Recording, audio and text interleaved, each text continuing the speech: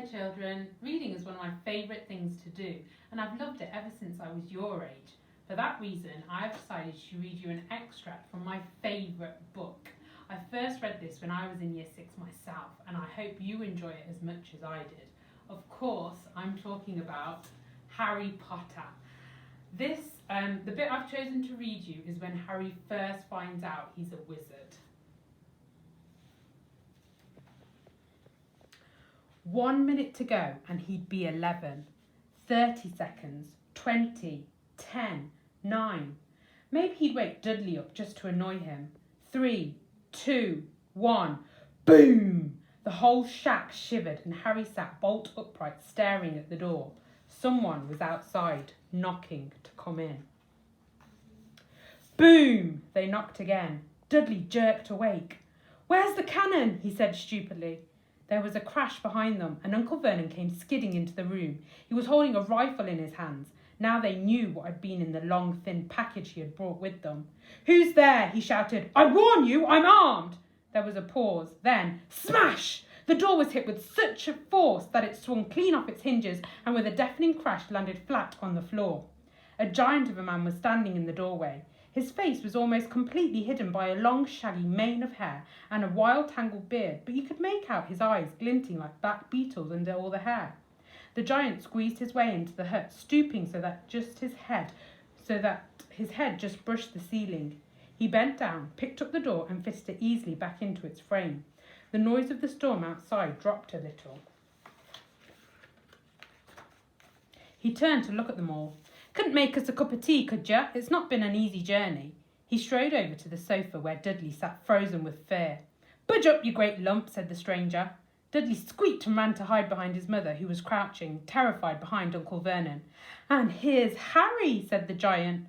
Harry looked up into the fierce, wild, shadowy face and saw that the beetle eyes were crinkled in a smile. "Last time I saw you was only a baby," said the giant. "You look a lot like your dad, but you've got your mum's eyes." Uncle Vernon made a funny rasping noise. "I demand that you leave at once, sir," he said. "You are breaking and entering." "Ah, shut up, Dursley, you great prune," said the giant. He reached over the back of the sofa, jerked the gun out of Uncle Vernon's hand, bent it into a knot as easily as if it had been made of rubber, and threw it into a corner of the room. Uncle Vernon made another funny noise, like a mouse being trodden on. "Anyway, Harry," said the giant, turning his back on the Dursleys, "a very happy birthday to you. Got something for you here. I might have sat on it at some point, but it'll taste all right." From an inside pocket of his black overcoat, he pulled a slightly squashed box. Harry opened it with trembling fingers. Inside was a large, sticky chocolate cake with "Happy Birthday, Harry" written on it in green icing.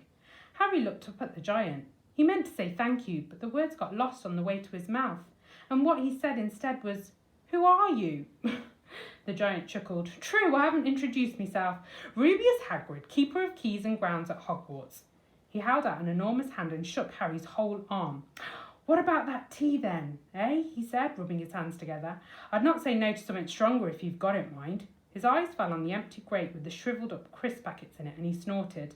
He bent down over the fireplace. They couldn't see what he was doing, but when he drew back a second later, there was a roaring fire there. It filled the whole damp hut with a flickering light and Harry felt the warmth wash over him as though he'd sunk into a hot bath.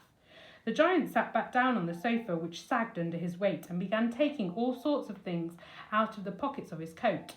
A copper kettle, a squashy pack of sausages, a poker, a teapot, several chip mugs, and a bottle of some amber liquid which he took a swig from before starting to make tea. Soon the hut was full of the sound and smell of sizzling sausage. Nobody said a thing while the giant was working, but as he slid the first 6 fat, juicy, slightly burnt sausages from the poker, Dudley fidgeted a little. Uncle Vernon said sharply, "Don't touch anything he gives you, Dudley." The giant chuckled darkly. "Your great puddin' of a son don't need fattening any more, Dursley, don't worry." He passed the sausages to Harry, who was so hungry he had never tasted anything so wonderful, but he still couldn't take his eyes off the giant. Finally, as nobody seemed about to explain anything, he said, "I'm sorry, but I still don't really know who you are." The giant took a gulp of tea and wiped his mouth with the back of his hand. "Call me Hagrid," he said. "Everyone does. And like I told you, I'm Keeper of Keys at Hogwarts. You'll know all about Hogwarts, of course." No," said Harry. Hagrid looked shocked. "Sorry," Harry said quickly. "Sorry?" barked Hagrid. turning to stare at the Dursleys, who shrank back into the shadows. "It's them who should be sorry. I knew you weren't getting your letters, but I never thought you wouldn't know about Hogwarts. For crying out loud, did you never wonder where your parents learnt it all?" "Oh, what?" asked Harry. "Oh, what?" Hagrid thundered. "Now wait just 1 second." He had leapt to his feet. In his anger, he seemed to fill the whole hut. The Dursleys were cowering against the wall. "Do you mean to tell me," he growled at the Dursleys, "that this boy knows nothing about anything?" Harry thought this was going a bit far. He had been to school after all, and his marks weren't bad. "I know some things," he said. "I can, do maths and stuff." But Hagrid simply waved his hand and said, "About our world, I mean. Your world. My world. Your parents' world." "What world?" Hagrid looked as if he was about to explode. "Dursley!" he boomed.